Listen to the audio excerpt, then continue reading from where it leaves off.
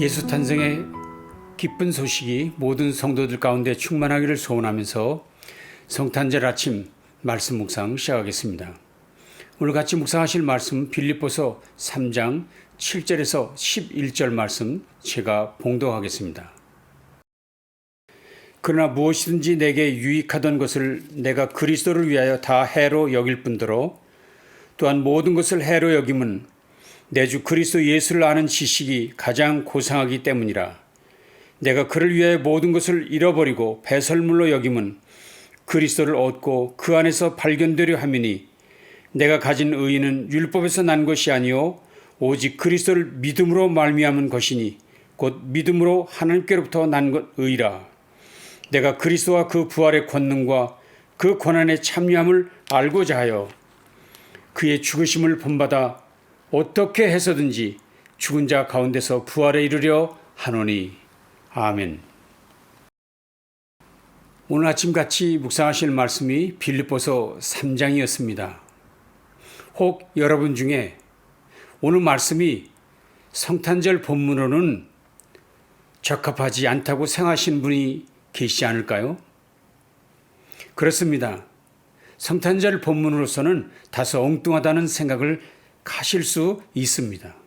그러나 우리는 하나님의 말씀은 언제 어디서나 누구에게나 하나님의 말씀이 되어야 한다는 믿음이 있습니다. 그래서 그 어떤 본문도 오늘 우리에게 필요한 하나님의 메시지임을 확신하기에 조금도 망설일 생각이 없습니다. 오늘도 봉독해드린 이 본문을 통해서 하나님의 성탄절 메시지를 들려주실 줄 믿고 함께 나누겠습니다. 빌립보서는 바울의 옥중 서신으로 널리 알려져 있습니다. 그런데 언제 사형에 처해질지 알 수 없는 불안한 나날을 보내고 있는 죄수 바울의 입에서 놀랍게도 기뻐하라, 기뻐하라라는 단어가 반복되고 있음을 발견할 수 있습니다. 바울이 기록한 그의 서신은 13권으로 총 88장에 해당합니다. 그 88장 가운데 기쁨이란 단어가 36번 등장합니다. 그런데 그중 빌립보서에서는 전체가 4장인데도 불구하고 기쁨이란 단어가 무려 14번이나 등장합니다. 다시 말하면 바울 서신 전체를 통해 볼 때 2장에 한 번꼴로 기쁨이란 단어가 쓰여졌었는데 유독 빌립보서에서만은 매 장마다 기쁨이란 단어가 4번 정도 사용됐다고 하는 이야기입니다. 엄청난 숫자이지요. 그래서 사람들은 빌립보서를 기쁨의 서신, 기쁨의 편지라 별명을 붙이게 된 것입니다. 오늘 본문 1절에서도 분명히 말씀하고 있습니다. 끝으로 나의 형제들아 주 안에서 기뻐하라. 바울 사도가 여기서 사용한 끝으로라는 단어는 순서상 마지막이라는 의미가 아닙니다. 오히려 이 단어는 더욱이 furthermore 라는 의미로 새로운 주제로의 전환의 경우 사용하는 용어입니다. 그래서 이 단어 끝으로라는 단어는 이제 꼭 하고 싶은 말이 있다는 것을, 이제 드디어 꼭 하고 싶은 말이 있다는 뜻을 강조하는 것이라고 할 수 있습니다. 자, 그렇다면 바울이 꼭 하고 싶은 말은 무엇입니까? 그것은 형제들이여 주 안에서 기뻐하십시오. 이 말은 여기서 또 하는 이유는 내게는 물론 당신들에게도 너무나도 중요하기 때문입니다. 내가 지금 옥에 갇혀 있지만 나의 마음 깊은 곳에서부터 솟아나는 이 기쁨에 대해 이야기하고 싶고 그것을 나누는 것은 내게 특별한 수고 없이도 자연스럽게 흘러나오는 기쁨입니다. 더욱이 이 기쁨은 빌립보서를 받고 있게 된 모든 이들을 모든 상황에서도 안전케 하는 능력이 있습니다. 라고 말하는 것이었습니다. 그렇다면 여기 바울 사도가 말하는 기쁨, 그 기쁨이 어떤 기쁨인가요? 그는 오늘 본문에서 분명히 밝혔습니다. 주 안에서 기뻐하라. 주 안에서 기뻐하라. 주님 안에서 누리는 기쁨이라 했습니다. 그가 말하는 기쁨은 보통의 기쁨이 아니라는 거지요.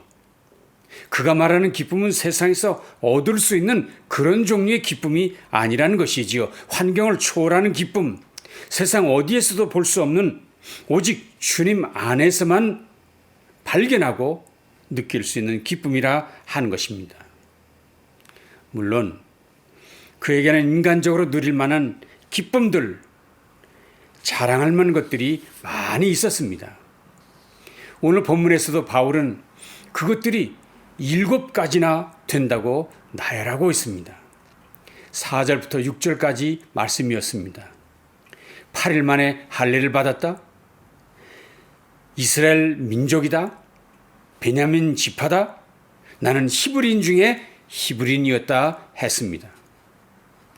그는 영광스러운 전통의 가문, 그 유산을 가진 정통 히브리인으로서 이방인의 피가 전혀 섞이지 않은 순수 혈통의 사람이라는 것입니다.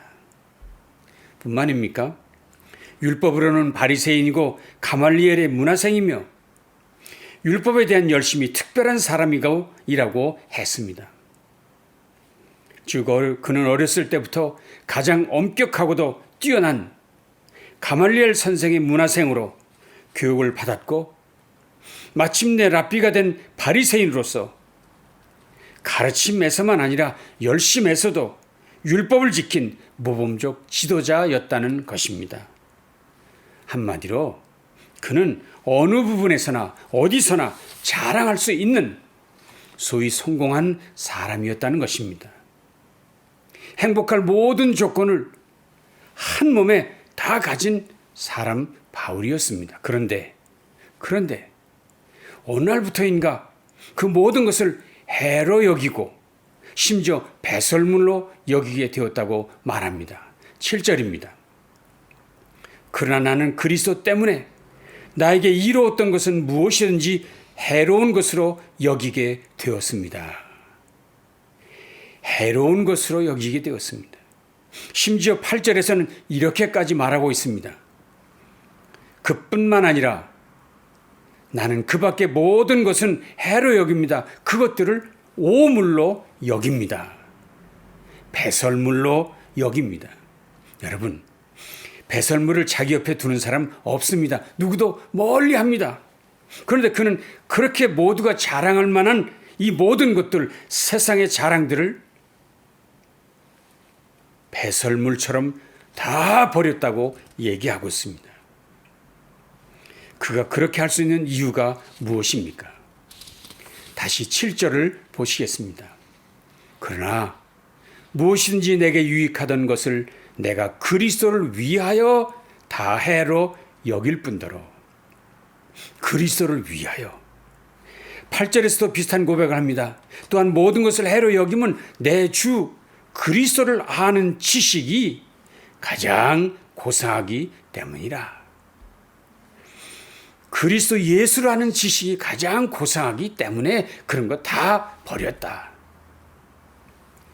예수 그리스도 때문에, 그분을 만났기 때문에, 그분을 아는 지식이 그 무엇보다 귀했기 때문에 이전에 모든 것을 다 해로 여기고 버렸다는 것입니다. 한마디로 그분으로 인한 기쁨 때문에 그분을 자랑하고 높이는 일에 조금도 주저할 수 없었다는 것입니다. 그래서 그분을 위해 어떤 수고를 하여도 귀찮게 여기지 않았습니다. 심지어 아직도 여전히 헛된 것들을 따르고 가르치는 사람들을 향해 조심하라, 그것들을 본받지 마라, 그들을 부끄러워하지 마라, 단호하게 거듭거듭 경고했습니다. 삼가라는 단어를 3번이나 사용하지요. 2절이었습니다. 개들을 삼가고 행악자들을 삼가고 몸을 상해하는 일을 삼가라. 여기 헬라어 원문으로 보면 바울이 삼가라는 단어를 쓸 때 목적어 앞에 사용했습니다. 다시 말하면 삼가라 개들을, 삼가라 행악자들을, 삼가라 몸을 상해하는 자들을 이라고 표현했습니다. 그러니 이 말은 무조건 삼가라, 우선적으로 삼가라 라는 강조 용법인 것을 우리가 알 수 있습니다. 특별히 그들을 개라고까지 하면서 경고하셨습니다. 그들을 행악자들이라, 그들은 몸을 해한 자들이라고 했습니다. 그런 자들은 유익함이 전혀 없고 오히려 악을 행하는 헛된 자라는 말씀인 것이지요. 정말 조심해야 할 자들이라 하신 것입니다. 바울이 결코 따라하면 안 될 조심해야 할 그들이 누구입니까? 도대체 어떤 사람들이었습니까? 그들은 육체를 자랑하는 자들, 그들은 율법을 행하는 것을 뽐내는 자들, 그런 것들로 자만한 사람들을 말하는 것이었습니다. 근데 여러분, 바울은 이미 그런 모든 것들을 배설물로 버렸다고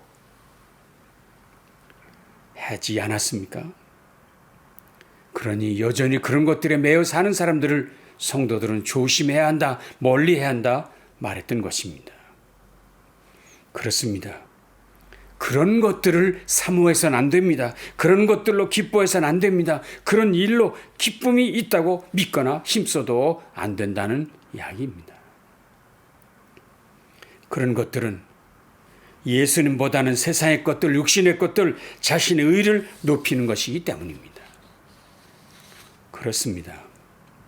예수보다, 예수를 아는 것보다, 예수님의 말씀에 순종하는 것보다 더 복된 일은 있을 수 없습니다. 그래서 바울의 마지막 소원을 들어보십시오. 10절, 11절이었습니다.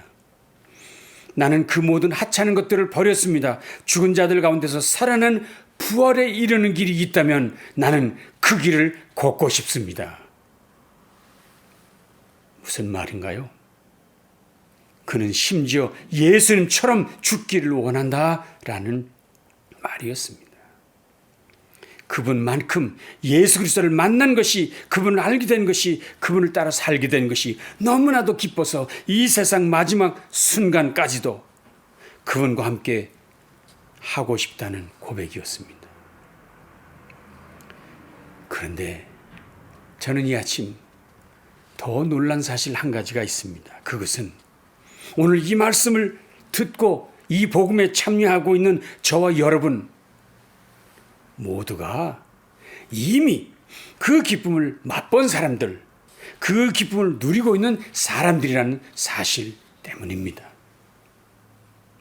이미 우리 속에 그리스도가 계십니다. 이미 우리가 그분 안에 계십니다. 있습니다. 그러니 이런 기쁨은 바울만의 것이 아니라 이미 우리에게도 주신 것인 줄로 믿습니다. 그렇다면 이제 우리도 이 구주 성탄의 계절에 겨우 산타 할아버지, 루돌프 사슴코를 노래할 것이 아니라 사도 바울처럼 예수 만난 이 기쁨의 소리 큰 소리로 증거하고 선포할 수 있어야 하지 않을까요? 미국의 목회 상담가인 폴 트립이라는 사람이 얼마 전에 한 잡지에 경고, 크리스마스가 다가오고 있다 라는 글을 발표한 적이 있습니다. 그 내용 중 일부를 소개해 드리겠습니다. 우리 가족에게 공격이 임박했다. 테러리즘이나 허리케인, 산불 같은 물리적인 공격이 아니다. 경배하고 경축해야 할 이 평화의 시간이 우리가 가정에서 영적 전쟁을 치러야 하는 시간이 되어버린 것이다. 아름다운 장식이나 가족 모임, 선물이 문제될 건 없지만 내가 염려하는 것은 이 시즌에 어떤 이야기가 우리 아이들의 생각, 곧 자신이 누구인지, 자신이 무엇을 필요로 하는지, 그리고 자신의 삶이 어떠한지를 규정할 것이냐를 놓고 한판 전쟁이 벌어지기 때문이다. 그런데 요즘 크리스마스 이야기는 창조주 경배를 기다리지 않는다.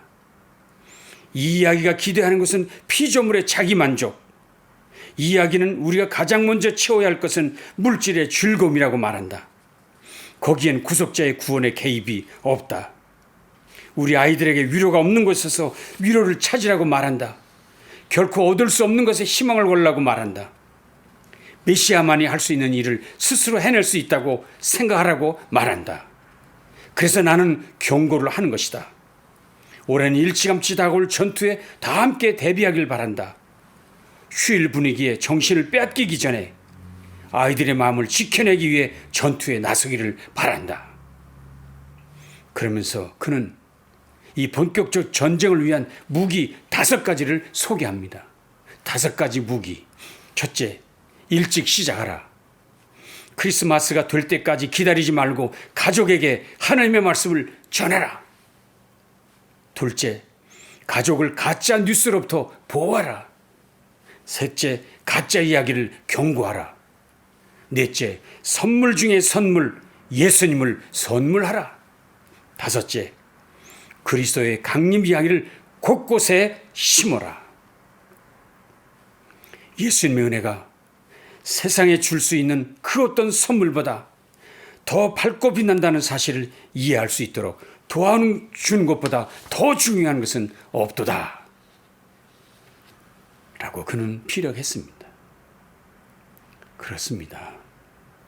우리 모두 이 기쁜 구주성탄의 아침, 정말 정신을 바짝 차리고 세상의 흐름에 역행하는 크리스마스를 보내야 합니다.